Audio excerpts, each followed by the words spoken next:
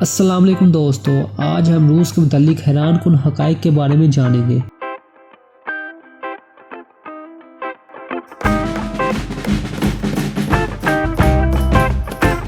اگرچہ لوگ عوامی طور پر جانتے ہیں کہ روس سوویت یونین کی حیثیت سے اس کے دور میں بہت بند تھا، لیکن بہت سے لوگ یہ جان کر حیران رہ جائیں گے کہ آج بھی روسی فیڈریشن میں 1.5 سال خفیہ شہر بکھرے ہوئے ہیں۔ ان شہروں میں باشندے اپنی روزمرہ کی زندگی گزار رہے ہیں، لیکن یہاں تک کہ اگر وہ چاہتے ہیں کہ ان کی فیملی یہاں تشریف لائے تو انہیں خصوصی اجازت نامے کی ضرورت ہوگی۔ غیر ملکی زائرین کو آج بھی روس کے خفیہ شہروں میں جانے سے مکمل طور پر منع ہے۔ آج کے بند شہر جو عوامی طور پر جانا جاتے ہیں، زیادہ تر فوجی اور ایٹمی تحقیقاتی مرکز سے جڑے ہوئے ہیں۔ ملک کے دور مشرق میں کامچٹکا نما جزیرے پر واقع ویلیجنسک جوہری آبدوز کی تعمیر کا ایک مرکز ہے۔ زیلیزونگورسک سائبیریا کے وسط میں روس کا پلیٹونیم کی تیاری کا مرکز ہے۔ آخر میں روس کا جوہری تحقیق کا مرکزی مرکز سرو ہے۔ یہ بند شہر اب تک بنائے گئے سب سے طاقتور جوہری ہتھیار یعنی زار بمبا کے ہونے کی وجہ سے مشہور ہے۔ ان عوامی طور پر جانے والے معلوم بند شہروں کے علاوہ بھی ابھی بھی بہت سارے عوام کو نامعلوم ہے اور نقشہ جات پر بھی نہیں رکھا گیا تاکہ ان کے رازوں کو برقرار رکھا جا سکے۔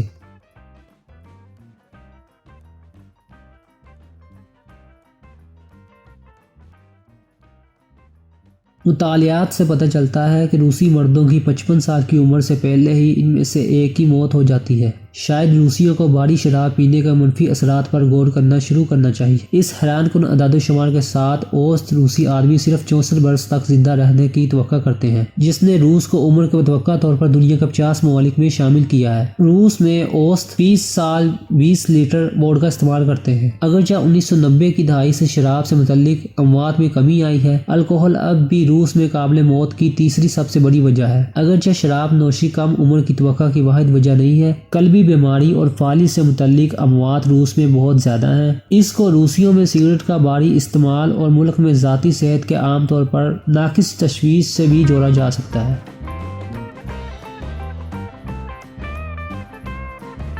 زیادہ تر لوگ یہ نہیں جانتے ہیں کہ روسی کتنے عجیب و غریب مذہب بنا سکتے ہیں۔ روسی دروازے پر ہاتھ ہلانے، کونے کی میز پر بیٹھنے، یا آپ ہمیشہ کے لیے غیر شادی شدہ رہیں، یا حقیقی دن سے پہلے سالگرہ کی مبارکباد دینا نہیں مانتے۔ اگر آپ تشریف لانے کے دوران کچھ ناراض روسیوں سے بچنا چاہتے ہیں تو ان چیزوں کو نہ کریں۔ روسیوں کو یقین نہیں ہے کہ آپ کو اندر سے سیٹی بچانے کی اجازت ہے۔ بہتر ہوگا کہ آپ اس ملک میں اپنی پسندیدہ دن کو گنگنانے سے گریز کریں۔ توہم پرستی کا کہنا ہے کہ اگر آپ ایسا کرتے ہیں تو آپ مستقبل میں خراب مالی قسمت میں پڑ جائیں گے۔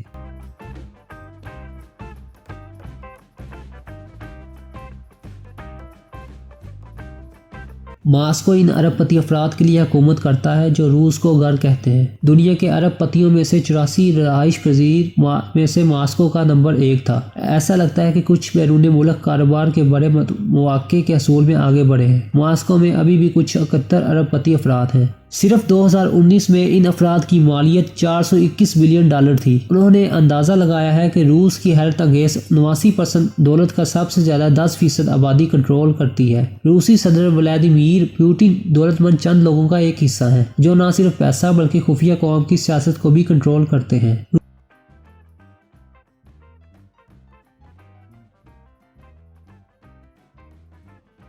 روسی خواتین مردوں کے مقابلے میں 11 ملین کی تعداد سے زیادہ ہیں۔ یہ بات ایک صدی سے زیادہ عرصہ سے جاری ہے۔ یہ خیال کیا جاتا ہے کہ دوسری جنگ عظیم کے دوران مردوں کی تعداد میں نمایاں کمی واقع ہوئی ہے۔ جنگ نے 25 ملین سے زیادہ فوجیوں کی جان لی۔ اگرچہ جدید دور میں یہ رجحان سابقہ USSR ممالک میں شراب اور سگریٹ کے زیادہ استعمال کی وجہ سے بڑھ گیا ہے، منشیات اور الکوہل کے غلط استعمال کے نتیجے میں کم عمر کی توقع سے خطے میں مردوں کی کم تعداد مستحکم ہو گئی ہے۔ اس نے روایتی معاشرے کو بہت متاثر کیا ہے۔ مردوں کی کمی کو پورا کرنے کے لیے روسی خواتین کو اب غیر ملکیوں کے ساتھ روس سے باہر بھی شادی کرنے کی ضرورت ہے۔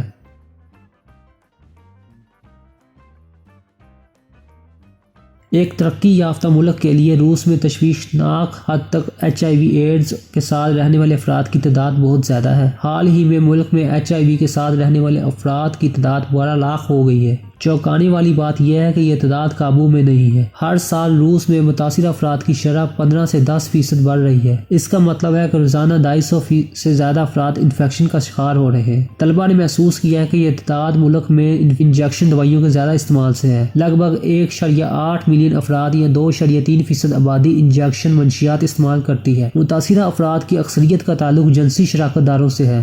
ظاہر ہے کہ جنسی کارکنوں کے شراکت دار اور انجیکشن دوائیوں کا استعمال کرنے والوں کو انفیکشن ہونے کا زیادہ خطرہ ہوتا ہے۔ اندازوں سے پتہ چلتا ہے کہ لگ بھگ 5 لاکھ روسی HIV کے ساتھ زندگی گزار رہے ہیں اور انہیں اس بات کا پتہ بھی نہیں ہے۔ سب سے عام وجہ جس کی وہ خود جانچ نہیں کر رہے وہ یہ ہے کہ جانچ تک رسائی نہ ہونا۔ روسی حکومت نے ملک میں HIV کے بحران کا اعتراف کیا ہے اور اس وبا کو روکنے کے لیے جنسی تعلیم اور وسائل کی رسائی بڑھانے کے لیے اقدامات کیے جا رہے ہیں۔